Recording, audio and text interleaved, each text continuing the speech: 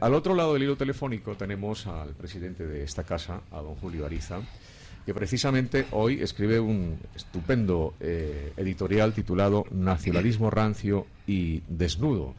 El señor Ariza está con nosotros. Buenos días, don Julio. Hola, buenos días a todos, don Carlos. Pues encantado de tenerle en estos micrófonos. Rafael nos va a resumir y con el señor Ariza obviamente vamos a hablar de este editorial. Bueno, don Julio, muy buenos días. Buenos días. Enhorabuena por este artículo que comienza hablando de una cifra que hasta ahora nadie se había atrevido a decir, ¿no? Esperando luz y taquígrafos permanecen más de 100 millones de euros en la Fundación de los Pujol, en la Lombard Odier Helvética y en la Edmond Rothschild. Yo creo que artículo mucho más modesto que cualquiera de los suyos, don Rafael.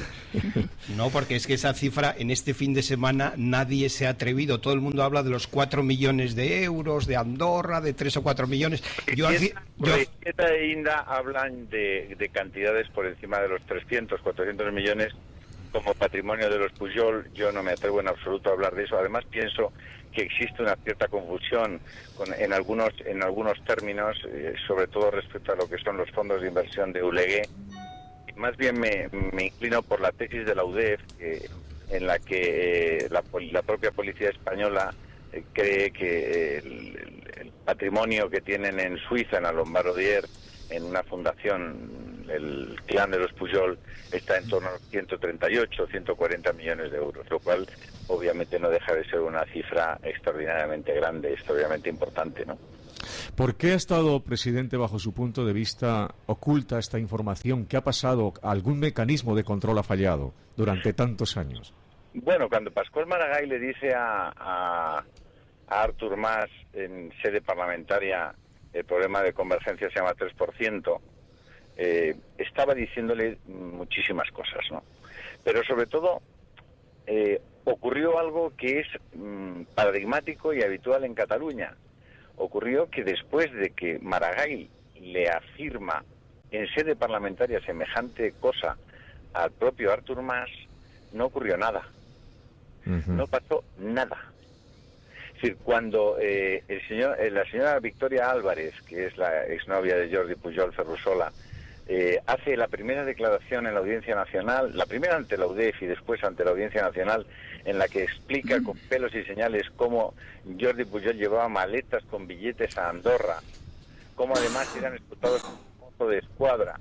Eso está en la declaración de Victoria Álvarez, en la primera declaración ante la UDEF y ante la audiencia. Tampoco ocurre absolutamente nada.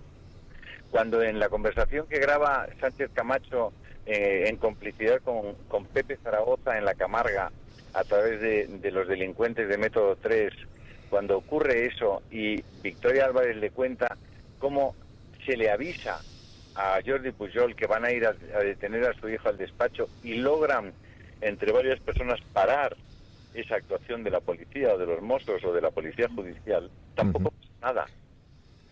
Pero es que durante muchísimos años en Cataluña no ha pasado nada. No pasó nada cuando mucha gente fue testigo del reparto absolutamente increíble de comisiones alrededor de la Barcelona Olímpica entre los años 88 y 92. Pero no un reparto solamente entre las gentes de Convergencia. No. Entre todos los partidos políticos que en ese momento se repartían los escaños tanto en el Ayuntamiento como en el Parlamento de Cataluña.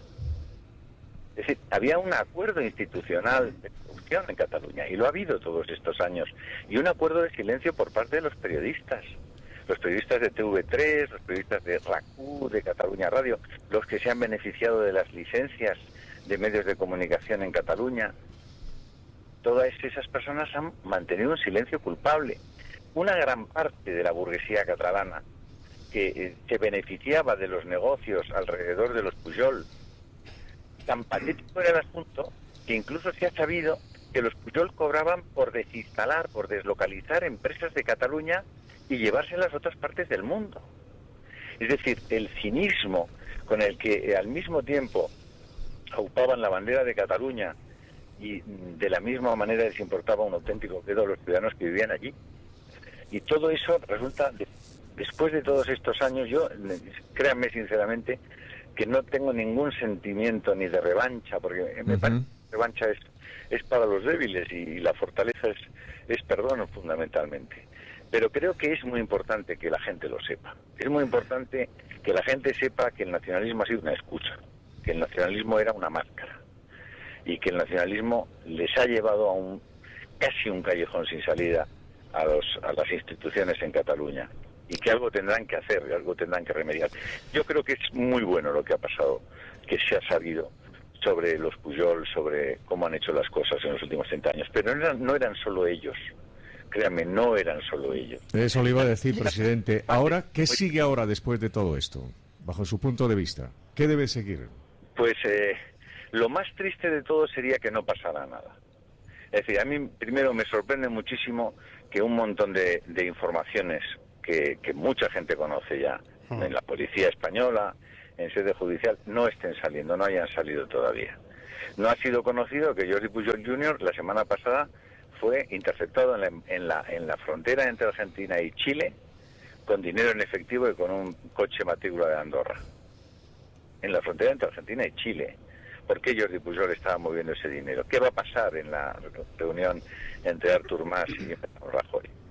Es evidente que todo este proceso comienza con una grabación a una señora, y esa grabación sin duda alguna tiene mucho que ver con los manejos de Senillosa y de Moragas en Moncloa a las órdenes de Soraya Sáenz de Santa María. Rafael quiere preguntar. Sí, don Julio, le quería preguntar lo siguiente. Durante este fin de semana, especialmente ayer, la Gaceta.es, ha titulado con un artículo de Xavier Horcajo que Artur Mas merece el mismo reproche social que Jordi Pujol, argumentando que fue beneficiado en 2008 también por un proceso de regularización provocado por Elena Salgado, la entonces ministra de Economía, ¿no? ¿Comparte usted esta opinión de que Artur Mas ha sido también una cabeza de puente envuelto en la bandera nacionalista de este atraco a mano armada, de esta decepción tan en fin, de estos hechos? Don Rafael, durante todos esos años, ¿qué cargo ocupaba Artur Mas con Jordi Pujol? Sí, perdón. ¿Lo recuerda usted? Sí, consejero de Economía y Hacienda, me parece. Sí. ¿Usted cree que el consejero de Economía y Hacienda, persona de máxima confianza de Jordi Pujol, estaba absolutamente al margen?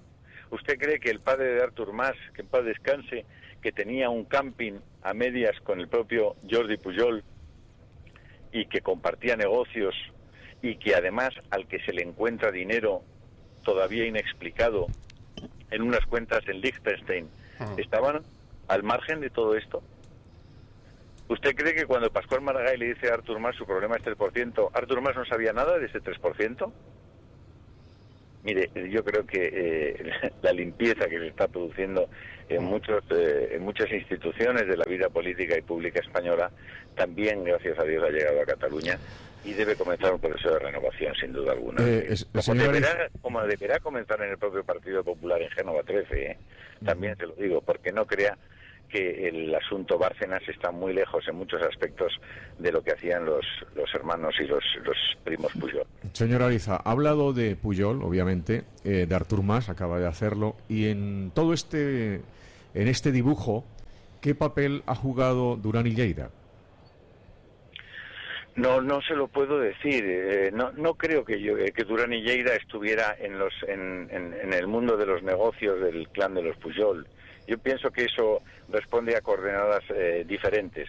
Evidentemente, la representación de Convergencia y Unión en el Parlamento español ha disfrutado siempre de un montón de privilegios y de prebendas, porque eran los que daban, digamos, la cara amable de Convergencia en Madrid, y eran los que representaban también los intereses de muchas empresas y de una parte de las empresas de la burguesía catalana, que a la hora de colocar enmiendas en las leyes que se fraguaban en el Congreso de los Diputados, era necesario que estuvieran al loro de qué es lo que había que hacer, ¿no? Y muchas veces, digamos que eran los que cobraban el peaje por esas modificaciones y por esas enmiendas, como es sabido también y como algún día espero que también se pueda conocer en todos sus detalles, ¿no?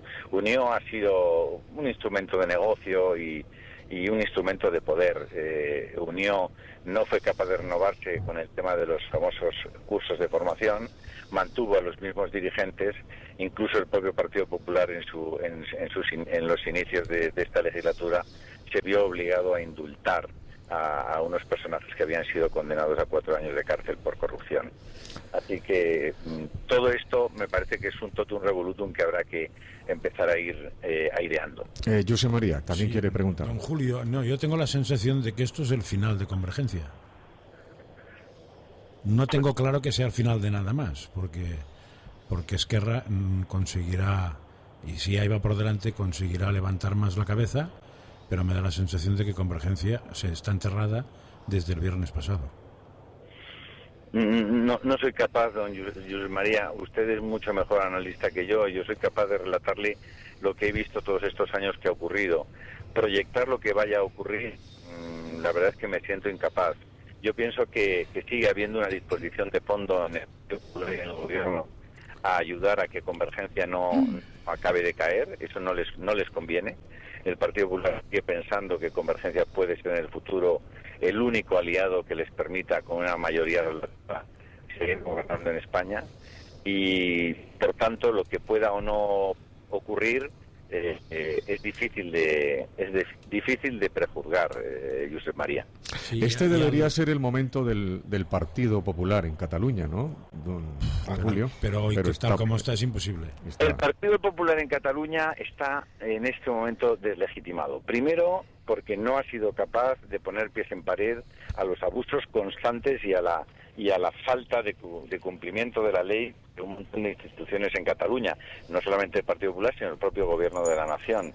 Segundo, que Alicia Sánchez Camacho mintió en el asunto de la Camarga. Ha engañado a la opinión pública catalana. Eso en un dirigente político no es aceptable. Alicia Sánchez Camacho, desde mi punto de vista, debía haber presentado hace mucho tiempo su dimisión como líder del Partido Popular en Cataluña, y todavía queda una explicación pendiente respecto a su actuación con Método 3.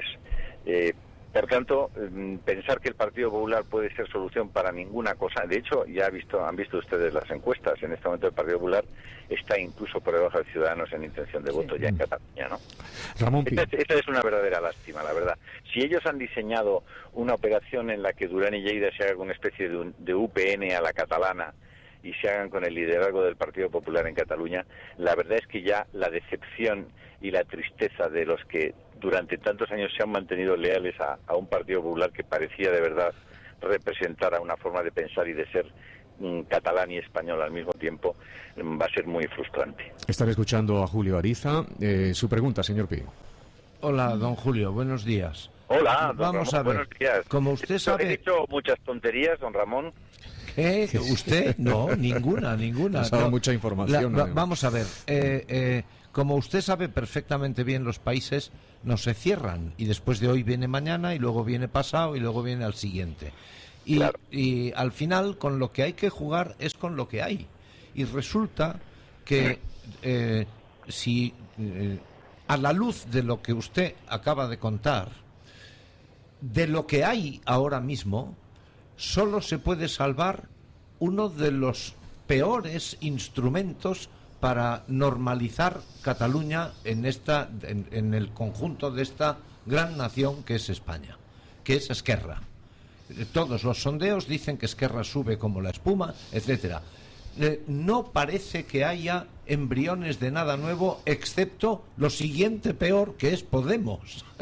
Es que es verdaderamente el panorama de lavado de la vida pública en Cataluña es inevitable. Sin embargo, parece que no hay jabón. Claro, sí. Y ambos partidos habría que ver qué harían con un sistema democrático una vez instalada en el poder. Claro, ¿no? porque... Esa es la gran pregunta, ¿no? Porque toda esta Esquerra Republicana tuviera maneras y medios democráticos en sus programas, bueno, pues oiga, eso es lo que hay, ¿no? La democracia consiste en esto. Pero la sensación que da desde fuera es que los modos y maneras con los que ellos ejercerían el poder, una vez legitimados por las urnas, no se ganarían en absoluto la legitimidad de ejercicio, sino que seguramente construirían una forma de uso de poder de la que difícilmente se podría salir, ¿no? Exacto. Es decir, que uno de los peores resultados de todo esto es que mucha gente, como toda esta munición es verdadera, mucha gente va a atribuir este modo de proceder a la democracia en lugar de atribuirlo a la corrupción de la democracia. Claro. Es verdad, mire, la democracia es un animal enormemente delicado y sensible. Exacto. Y en muchos casos, y muchas veces, lleva en sí el propio principio de su suicidio, ¿no? Es decir, cuando en una sociedad como esta hay muchas más personas que chupan del carro que los que tiran de él, y esas personas tienen la misma capacidad en su voto, unos que otros, la posibilidad de que haya una renovación del sistema es escasísima. Y el único elemento correctivo, una situación así, es la abstención de muchos de aquellos que, siendo de los que no tiran del carro, sino de los que van montados en él, pues por pasotismo dejan de participar. Podemos ha venido a hacer que muchos de los que estaban ahí sentados en el carro pues quieran participar. En ese mismo instante, la posibilidad de que se genere un ecosistema que gratifique, que ensalce a aquellos que con su esfuerzo, su capacidad de riesgo, su capacidad de innovación tiran del carro, es mínima. Y por tanto, la sociedad lo que irá haciendo es irá debilitando las posibilidades de esas personas que tiran del carro, las irá arrinconando y irá eliminando.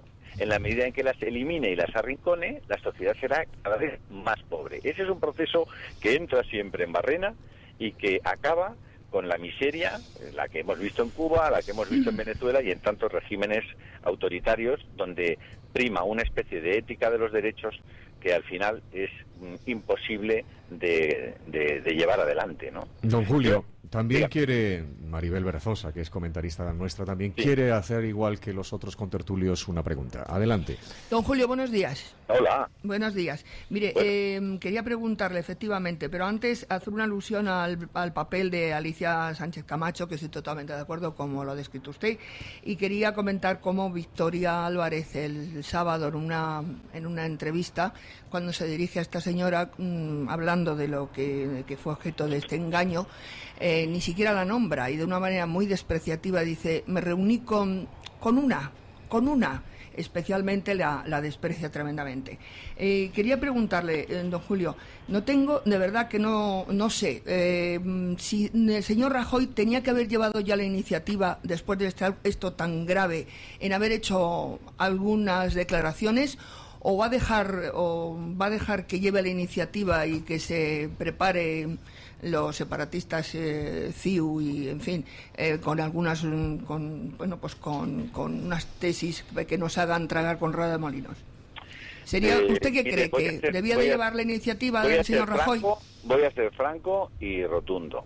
Desde el caso Bárcenas, desde mi punto de vista, Mariano Rajoy está deslegitimado. Ahí está. Y por tanto tiene muy complicado hacer política en serio en el futuro. Es decir, es obvio que tiene los diputados suficientes para mantenerse en el poder, pero también es verdad que tiene una deslegitimación fundamental desde que se produjo el caso Bárcenas, y no quiero entrar más en detalles. Sí, se puede decir más alto, pero no más claro. No hace falta muchos más detalles. Una pregunta. ¿Usted cree que el viernes por la tarde, diríamos, la sociedad civil catalana, la burguesía de toda la vida, se sorprendió? No, en absoluto. Vamos a ver, lo que la burguesía catalana pensó el viernes por la tarde es qué ha pasado para que Jordi Pujol tenga que reconocer esto. ¿Y qué había pasado? ¿Qué hay debajo de todo eso? ¿Y qué había pasado? ¿Y qué ha pasado? Don Josep María, es obvio que hay un informe de la UDEF, hay un informe de la Agencia Tributaria muy nutrido. Sí. y que el señor Pujol, que siempre ha tenido información privilegiada, puesto que siempre ha mantenido una amistad íntima, entrañable y confiada con gentes que en este momento en el Partido Popular ocupan cargos de máxima responsabilidad y en el propio gobierno de la nación, pues el señor Pujol tiene buena información. O sea, se adelantó al... Lamentable, eso es muy lamentable, que el señor Pujol tenga una información que no puedan tener el resto de ciudadanos y que no tengan los jueces. Rafael. Sí, don Julio, después del primer golpe y del reconocimiento del señor Jordi Pujol de que ha sido un evasor fiscal durante más de 30 años y predicando pagar impuestos... Pero es que el problema, don Rafael, por supuesto que es que sea un evasor fiscal. Sí. El problema es cómo sacaban ese dinero, cómo obtenían ese dinero, porque ese dinero era de terceros, era de otros. Lo estaban robando. Así de claro. Sí. Claro, ¿cómo va a pagar fiscal? Se lo estaban quitando a sus legítimos propietarios. Sí, sí. Es decir, es que había muchas personas en Cataluña que no podían hacer un negocio, despachos que no podían tener un cliente, personas que no podían tener ni una actividad económica, porque Convergencia, en la medida en que te catalogaba como un enemigo del régimen, te excluía de cualquier actividad económica, empresarial o de negocios. La muerte civil. Eso es lo que han hecho durante 30 años. Lo que pasa es que o nadie nos creía, a los que denunciábamos esa situación, o a nadie le interesaba creernos, porque aparentemente ese acto de fondo, en virtud del cual a Pujol no se le hacía nada mientras mantuviera el status quo de un entendimiento de Cataluña y España y de convergencia con los distintos gobiernos que iban pasando por Madrid, bueno, pues eso se tapaba, pero como tantas cosas. El problema es que ahora, hace ya algunos meses, años, que se ha quitado el tapón de la bañera. Y está saliendo todo. También saldrá lo de Bárcenas. Va a tardar un poco más, porque ahora los que pueden tapar eso tienen el poder. Pero fíjese usted las cosas que pasan cuando uno ya no tiene el poder. Don Julio, pero al final, fíjense cómo son las cosas. Al final hay una persona que ha sido designada para dirigir los destinos de un partido que es el socialista, ante esta incertidumbre que tiene Rajoy con el tema Bárcenas y otros más. Pues ahí está el camino para que este muchacho lo decimos con todo el respeto, al final vuelva nuevamente a la Moncloa con el Partido Socialista. Turnismo, don Carlos. Me ha dado tantísima pena no escuchar a Pedro Sánchez una denuncia a gritos de la corrupción de su partido, de la corrupción de la UGT. Fue vergonzoso, sí. De la corrupción de Andalucía, de la corrupción de los seres. Es decir, ¿eso es el cambio que ofrece el Partido Socialista? Ese es el cambio. Más de lo mismo, tutelados por la hija predilecta de Chávez y de Griñán. ¿Ese es el cambio que ofrecen? Pues mire, si ese es el cambio, la verdad es que España tiene por delante un futuro más que incierto. Don Julio, ¿y por qué entonces fracasan ante esta situación de partidos tan importantes como Convergencia y Unió, el Partido Popular, el Partido Socialista? ¿Por qué fracasan los intentos de formaciones emergentes? Don Carlos, permítame, es que estoy monopolizando su tertulia. No, es muy interesante porque tenemos una un día que le hemos pillado. Ideas nuevas, no nuevas, sino... No está todos los días. Para los oyentes, claro, es una savia edificante. ¿Por qué no se mantienen estos partidos emergentes? ¿Por qué no salen adelante? Sí, Hombre, estamos en una democracia ética y para poder convertirse en una referencia hay que estar en los medios y hay que estar con potencia en los medios. Mire Pablo Iglesias, como su presencia constante, reiterada en la 5, en la 4 y sobre todo en las televisiones del señor Lara y del señor Casals, como han crecido extraordinariamente, ¿no? Aupados por el aliento del propio Partido Popular, ¿no? Entonces, si usted les da horas y medios y micrófonos a gentes como Santiago Abascal o como Albert Rivera o como otros grupos políticos, no tenga usted duda que también acabarían ganando un espacio electoral, pero eso solo es posible con tiempo y con medios para poder digamos, hacerse conocer, darse a conocer, ¿no? Don Julio, y usted como editor de un grupo tan importante, ¿qué le diría, aprovechando esta coyuntura, a los ciudadanos que le están escuchando? Mire, ya no hay editores importantes, lo primero. no hay grupos importantes. Los grupos importantes están todos en quiebra. Es decir, ni hay periódicos importantes. Quedan algunas marcas, es verdad, y nuestra marca sigue siendo una marca muy reconocida en España y muy reconocida como defensora de un modelo antropológico y de sociedad, cosa que yo creo que Intereconomía ha hecho con éxito durante muchos años. Los editores españoles pensábamos que teníamos un negocio de contenidos y en realidad era un negocio de barreras de entrada exclusivamente. Y eso nos llevó a no prever un tsunami que nos ha llevado por delante y que nos ha hecho recomponernos, pero como se recompone, no como es que se recompone el agente 007 después de una pelea, que apenas se mesa los cabellos. Nosotros nos hemos quedado con los trajes rotos, con la cara tumefacta, y bueno, y estamos tratando de reencontrar un modelo de negocio que es muy complicado y que al final te reduce al estado de esos dueños de diligencias del siglo XIX cuando llegó el tren, ¿no? Es decir, que no se lo podían creer y no sabían qué rayos hacer con los caballos y con las carrozas, ¿no? Don Julio Ariza, presidente del Grupo Intereconomía, muchísimas gracias por estar con nosotros en esta tertulia de Mundo Noticias. No, hombre, perdonen que he monopolizado tanto tiempo. Yo me he quedado con alguna cuestión en el tintero. En el tintero, sí. No tenemos 3 minutos. Pero no sé cómo anda don Carlos Peñaloza y don Julio Ariza para dejarme de meter baza. Tenemos tiempo, no hay problema. No, es muy sencillo. Quizá es un tema técnico, táctico y también de estrategia. Y no, es el asunto de que van a decir, porque lo van a decir, cada vez con más fuerza se oirá que ha regularizado, el señor Pujol ha regularizado. Ya no se puede decir que sea un delincuente fiscal. O sea, ¿no? Y entonces resulta que hay que probar todo este asunto, todas estas martingalas. La pregunta es, ¿la Fiscalía pisará el acelerador con este asunto o lo va a dejar mortecino? Porque tenga en cuenta, como sabe usted muy bien, mejor que yo, que la inmensa mayoría de los medios conocidos, como usted denuncia en el artículo de hoy en Gaceta.es, están todos subvencionados y bien graseados. ¿Cuánto va a durar esto? Porque podría ser un tema que dure con la calorina veraniega y en septiembre ya veremos, ¿no? Mire, sería extraordinariamente injusto que Jaume Matas vaya a entrar mañana en una prisión española para cumplir una pena de 9 meses, y el señor Jordi Pujol Jr.